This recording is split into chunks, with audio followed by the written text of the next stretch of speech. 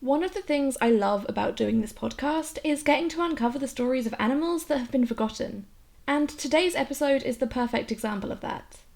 If you were living in Ontario or Ohio in the late 1950s, then you would have absolutely heard the saga of Slippery the sea lion. But if not, and based on my analytics I'm assuming you weren't, then I am so happy to get to share this story with you because it's wild. This tale begins in the City of London, the one in Ontario, Canada, rather than the one here in the UK. Although, confusingly, this London is also home to a River Thames, which plays a crucial role in the story, but I'm getting ahead of myself. One of the most popular attractions in London, Ontario is the historic Springbank Park, which is a beautiful site sprawling over 300 acres along the banks of the Thames River, with 30 kilometres of trails to hike. In its early years, it saw several attractions: a mini steam train, a merry-go-round, and dance pavilion, to name a few. In 1915, it was decided to open a small zoo in the park as well, and I mean very small. According to public historian Carling Marshall Limes, when the zoo first opened, it had only 6 animals, 3 raccoons and 3 owls. An especially pitiful collection, given that raccoons are commonplace and widely considered to be pests in Canada. But the zoo soon grew, welcoming in a herd of 4 deer the next year and gradually increasing over the years to include, amongst other species, beavers, foxes, monkeys, birds of prey, buffalo, and even bears. As the number of animals housed at the zoo increased, so did its popularity, and by the 1930s it was bringing in thousands of visitors every summer. However, this popularity would be short-lived. In the early 1930s, cuts in public transportation led to decreasing visitor numbers, and the zoo began to fall into disrepair, creating a vicious cycle. The less people who came, the worse the zoo got, which meant that less people wanted to go, and so on and so forth. By the 1950s, all that remained of the once busy zoo were the monkey and bird enclosures. But the Public Utilities Commission, or PUC, who were responsible for this kind of thing, had another idea to bring in visitors to the park. This idea also involved captive wild animals, but not as the main attraction.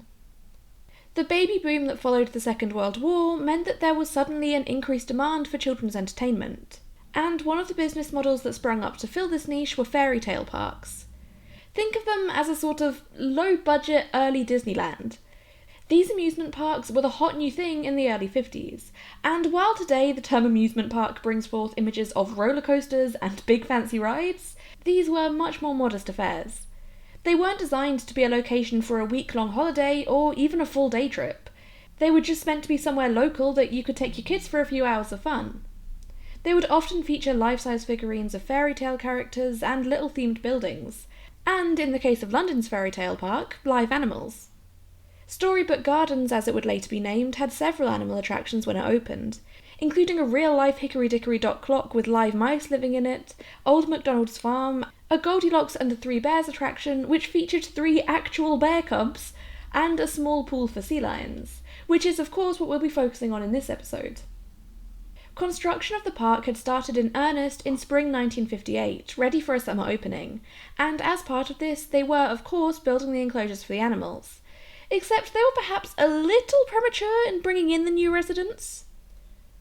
When the 2 sea lions arrived from California, having been purchased for $150 each, the pool that was to house them was mostly finished. All that remained to be done was to attach the wire netting to the railing that surrounded it. But that wasn't much of a concern, because it was more to stop kids falling into the water than anything else. As long as the water level was kept low enough, the sea lions wouldn't be able to climb out and escape. Yeah, so guess what immediately happened? Literally the day after they arrived, within 24 hours, one of the sea lions named Cyril got out of the pool. Apparently no one's entirely sure how exactly he was able to escape when the water should have been kept low enough to contain them, but it's believed that whoever was responsible for turning off the valve for the water just forgot, which led to the water overflowing and making it easy for Cyril to just slip out onto dry land. Honestly, it's a miracle that they didn't both escape, but perhaps Cyril's companion felt that travelling across the continent was enough adventure for one day. The perimeter fence that should have enclosed Storybook Gardens was also not finished yet, so all Cyril had to do was crash through a hedge and it was smooth sailing into the Thames River beyond. When Cyril's escape was discovered the next morning, staff from the PUC immediately set about trying to capture him, but every attempt failed, even when they resorted to playing a recording of sea lion vocalizations to try and lure him out. Naturally, the local news loved the unfolding drama, and before long, Cyril became renamed Slippery because of how hard he was to catch. No matter how many times his pursuers got close, he managed to just slip past them. He was most often referred to as Slippery the Seal, despite the fact that he was a sea lion and not a seal. I mean, sea lions are technically in the Otaridae family, which are also called eared seals, but technically only earless seals or members of the family Phocidae are considered to be true seals. But this is not the time for my pedantry, so let's get back to the story. Slippery didn't bother hanging about for long. He soon began swimming downstream, and as word of his travels spread, people would go out just to try and catch a glimpse of him. While some of the reported sightings were probably misidentifications, some weren't, and through them we can pretty easily track his path. Slippery's journey was made much easier thanks to the Great Lakes system. Straddling the US-Canadian border, the lakes and their interconnecting rivers account for over 21% of all fresh water on the surface of the Earth, and luckily for Slippery, the Thames feeds directly into them. He followed the path of the Thames until it fed into Lake St. Clair, and from there he continued down the Detroit River, which took him all the way to Lake Erie, where he crossed the border into the US.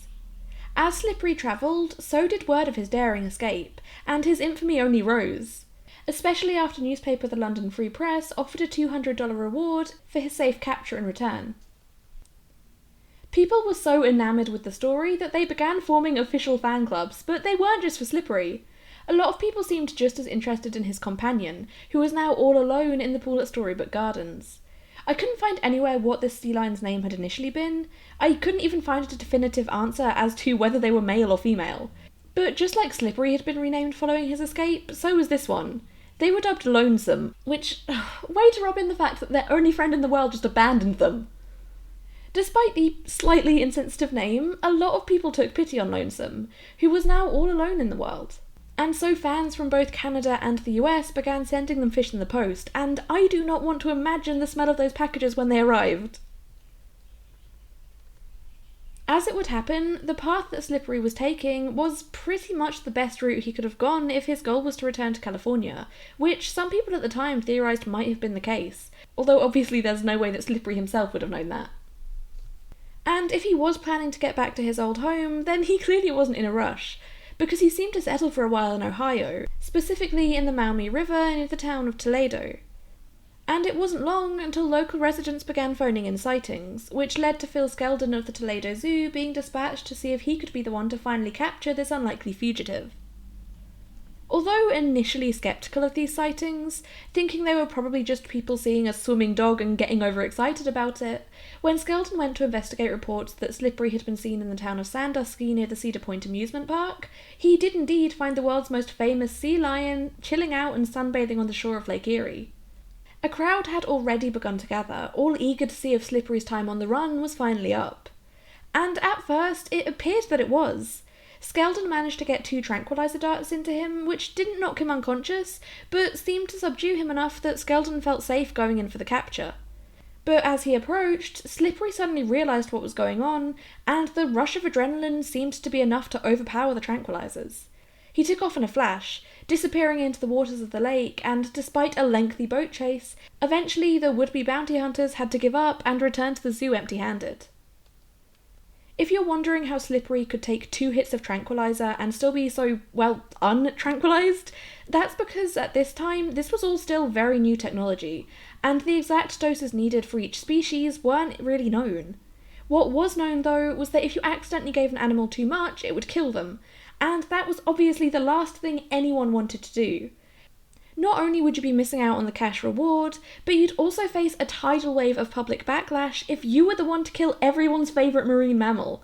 So in order to prevent things from going very, very wrong, they erred on the side of caution. But Phil Skeldon refused to be defeated. The very next day he was out again, and this time he was determined to end this once and for all. And he wasn't the only one. The local police were also involved in the hunt now, and when reports came in that Slippery had been seen taking a nap in a boathouse, they issued a noise ban on the surrounding area so that he wouldn't be woken up. After 10 days of freedom, Slippery's luck had finally run out, and this time he was sedated enough to be captured and taken to the Toledo Zoo. As newspapers proudly declared the victory across their front pages, a delegation from London travelled down to Ohio to pay out the $200 reward in exchange for bringing Slippery home. And this is where things get really wild. Yeah, all that stuff with the escape and trying to capture him, that's not what this story became most famous for. When the Canadians arrived, Toledo Zoo told them point blank that they were keeping Slippery. Yeah, he'd been owned by London's PUC, but they'd captured him in Ohio and that made him their property. It might seem a somewhat dubious legal claim, but apparently it was one backed up by the Assistant Attorney General, County Prosecutor, and the Ohio Bar Association. Slippery was theirs and they weren't going to be parted with him. And this is where the story really began to explode in popularity. People were outraged, especially on the north side of the border. Petitions were being circulated, and it even got a mention in Canadian Parliament when London's MP said he and his secretary would picket the US Embassy if Slippery wasn't returned. Like, this became a full-on international diplomatic incident. But despite people's fury, it actually worked out pretty nicely for Toledo Zoo, as they'd captured him just before the 4th of July weekend, which would typically be one of the busiest times of the year anyway, but this time, with the explosion of media attention both from Slippery's escape and the drama surrounding his capture, the zoo drew in record crowds and made a lot of money in the process. Things weren't all sunshine and roses for the zoo though. While some people, especially Ohio locals, were happy to come and see Slippery, a lot of people were still very, very angry about their refusal to return him, with some people going as far as to make threatening phone calls. And while I certainly can't condone threatening people as a way to get what you want, it did seem to work. On the Sunday, Toledo Zoo announced that they would be returning Slippery to London after all, and on the 6th of July they drove him up to the Canadian border where they were met by a police escort. A crowd of about 2,500 people lined the Ambassador Bridge to watch his return. And that was nothing compared to the welcome party being thrown in London.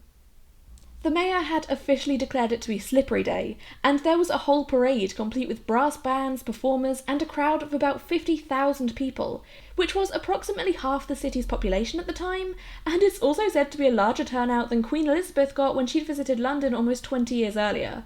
Which I can't really blame them for. I also find sea lions far more exciting than the British royal family. For his glorious return, Slippery was paraded in a cage on the back of a truck that had been emblazoned with his name. I do feel bad for him. He must have been so stressed out from all the noise and movement, but by all accounts he made it through the day okay. And it wasn't just Slippery arriving in London either. He was accompanied by a baby cougar named Lucky, who had been included as a gift/apology from Toledo Zoo.